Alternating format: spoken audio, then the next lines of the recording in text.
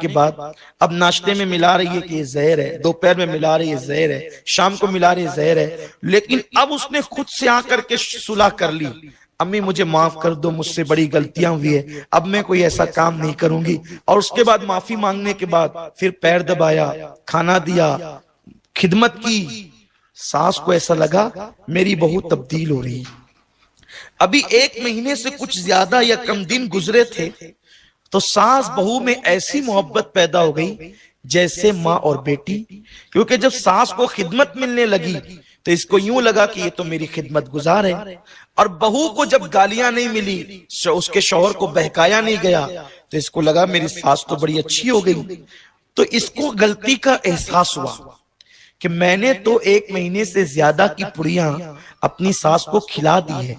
اب یہ تو 3 مہینے کے اندر اندر مر جائے گی، ہائے میرے گھر کی روشنی چلی جائے گی، میرے گھر کا بزرگ چلا جائے گا، میرے گھر کی تجربہ کار شخصیت چلی جائے گی۔ تو وہ روتے دھوتے اس حکیم کے پاس پہنچی، چچا جان احسان کریں کہ وہ میری ساس کو میں نے 1 مہینے سے زیادہ زہر کی پڑیاں تو کھلا دی ہے، اب وہ مرنے والی ہے، چند دنوں میں وہ مر جائے گی، میری ساس بڑی اچھی ہے، وہ مجھے بڑا پیار دیتی ہے، بڑی محبت دیتی ہے، وہ جھگڑے سب محبتوں میں تقسیم ہو چکے،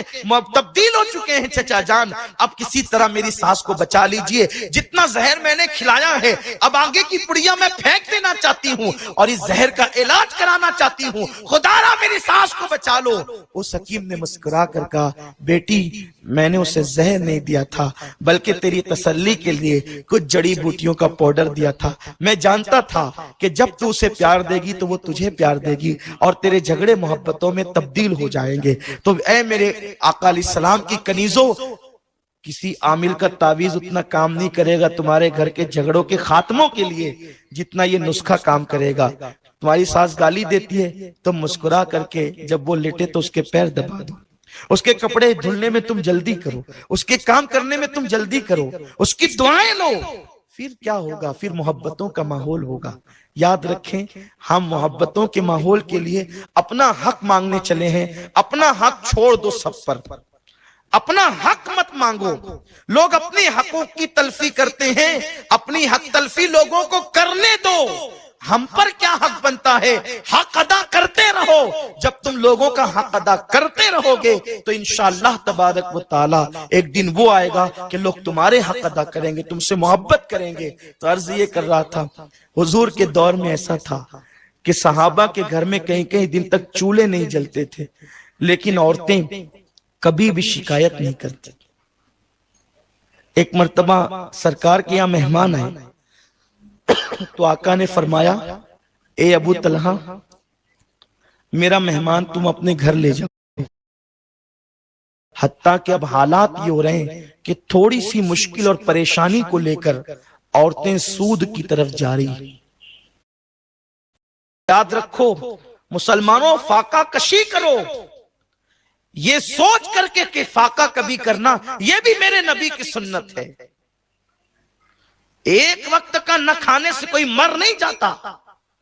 اور شادی کے موقع پر کوئی ضروری نہیں ہے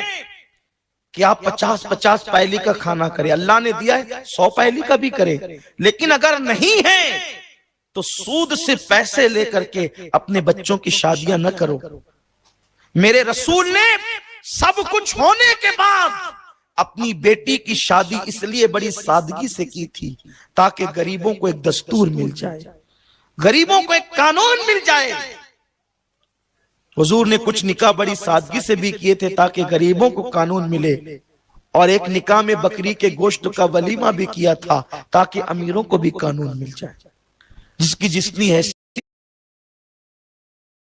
ایک دوپٹہ استعمال کیا جس پر 17 سے زیادہ پیون لگے ہوئے تھے۔ کیا ہماری بیٹیوں کے لیے عبرت نہیں ہے؟ یاد رکھیں جہاں سود ہوگا وہاں کبھی برکت نہیں ہوگی۔ میں نے بڑے بڑے تاجروں کو دیکھا، ان کو میں نے توبہ کے لیے بھی کہا،